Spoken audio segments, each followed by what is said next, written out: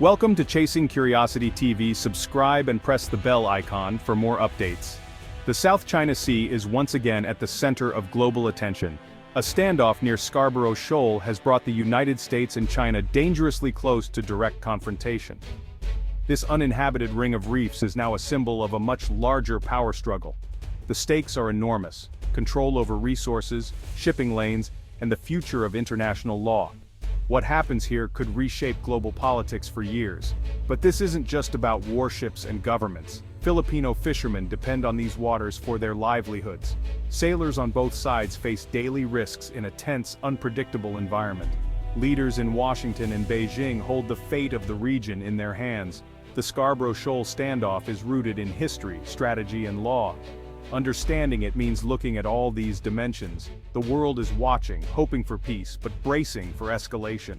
Headlines show gray warships locked in a dangerous dance. The South China Sea is no longer a distant flashpoint. It's a test of wills between superpowers. The outcome here could define the future of the world order. On August 27, 2025, the USS John S. McCain sailed within 12 nautical miles of Scarborough Shoal. This U.S. Navy operation was meant to challenge China's maritime claims and assert freedom of navigation. Suddenly, two Chinese Coast Guard vessels and a PLA Navy frigate intercepted the American destroyer. Radio warnings crackled.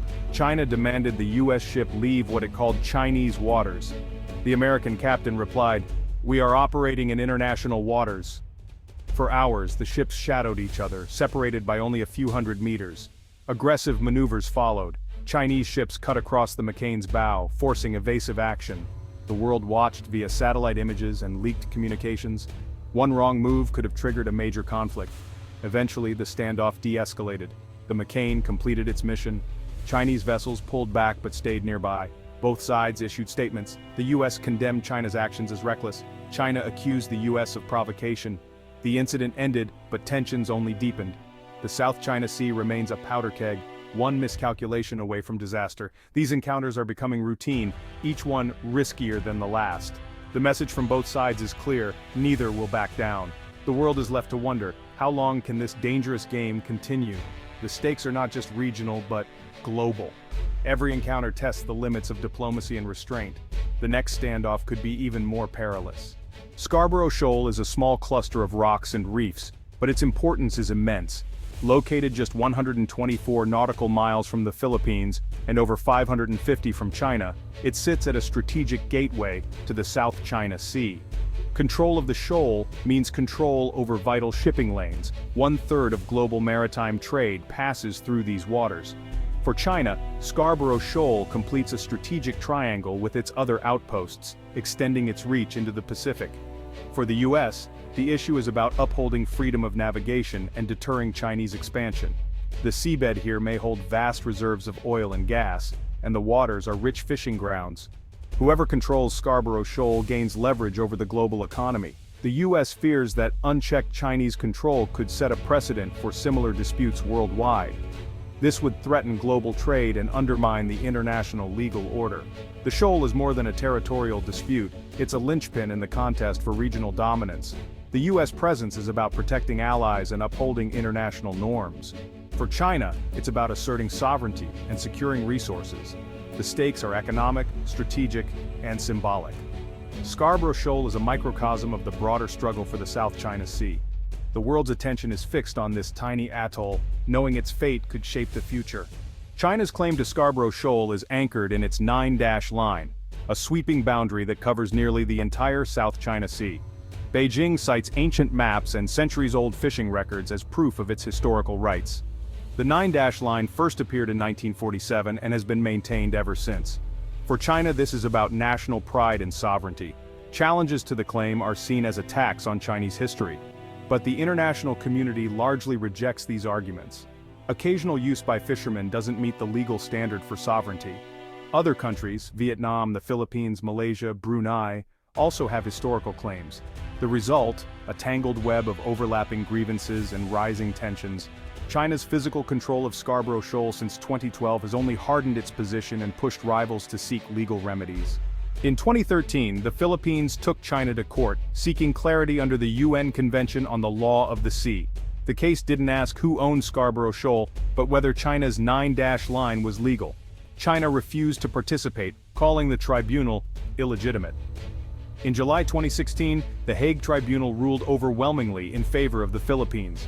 The court found no legal basis for China's sweeping claims and declared Scarborough Shoal a traditional fishing ground for all. China dismissed the ruling as waste paper and vowed to ignore it. The decision split the region. The Philippines and its allies called for respect for the law. China doubled down on its claims. The standoff between international law and national ambition was set. The ruling changed little on the water, but it reshaped the legal and diplomatic landscape. The world saw the limits of international law when a major power refuses to comply. The legal victory for the Philippines became a rallying point, but also a source of frustration. The dispute remains unresolved, with tensions simmering just below the surface. The US doesn't take sides on sovereignty, but it's clear about one thing: freedom of navigation must be protected. The South China Sea is a lifeline for global trade, and the US Navy's freedom of navigation operations challenge what it sees as excessive claims. The USS John S. McCain's recent mission was just the latest in a long series. These operations send a message: international waters are open to all. The US alliance with the Philippines adds another layer of complexity. The 1951 Mutual Defense Treaty means an attack on Philippine forces could trigger US involvement. Recent statements from Washington have made this commitment more explicit. China's militarization of artificial islands and harassment of foreign vessels are seen as direct threats to the rules-based order. The US fears that if China dominates the South China Sea, it could shift the global balance of power. The stakes are not just about territory, they're about the future of international law. The US is determined to prevent a world where might makes right. Every phone op is a test of resolve, for both sides. The risk of escalation is ever present. The South China Sea is now a front line in the contest for global order. The world is watching to see who will blink first. Lost in the headlines are the Filipino fishermen whose lives depend on Scarborough Shoal. For generations, these waters provided food, income, and identity. That changed in 2012 when China's blockade cut them off from the lagoon. Harassment, confiscated catches, and water cannons became routine. Many fishermen fell into debt, forced to risk dangerous waters or settle for meager catches closer to shore. The 2016 Hague ruling offered hope, but access remains inconsistent and often perilous. Their fate now hinges on the shifting winds of diplomacy. Warships and legal arguments mean little to them. Their struggle is about survival. Each day at sea is a gamble with livelihoods and safety on the line. The fishermen are pawns in a geopolitical chess game. Their story is a stark reminder. Behind every standoff are real people facing real hardship. The dispute is not abstract.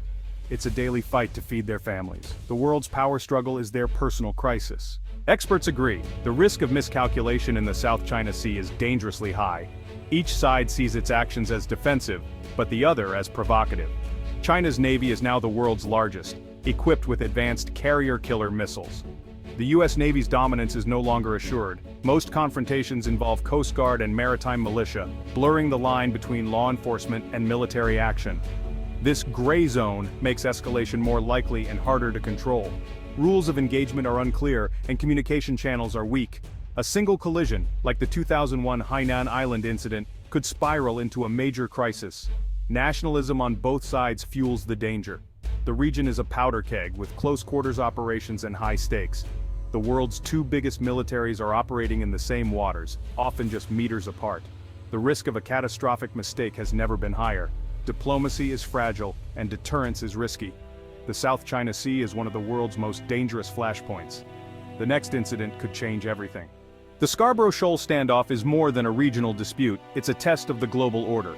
Will international law prevail, or will power dictate the rules? The outcome will shape the future of freedom of navigation and global commerce. If one nation controls a vital waterway, the world economy could be held hostage. US allies are watching closely, questioning the reliability of American commitments.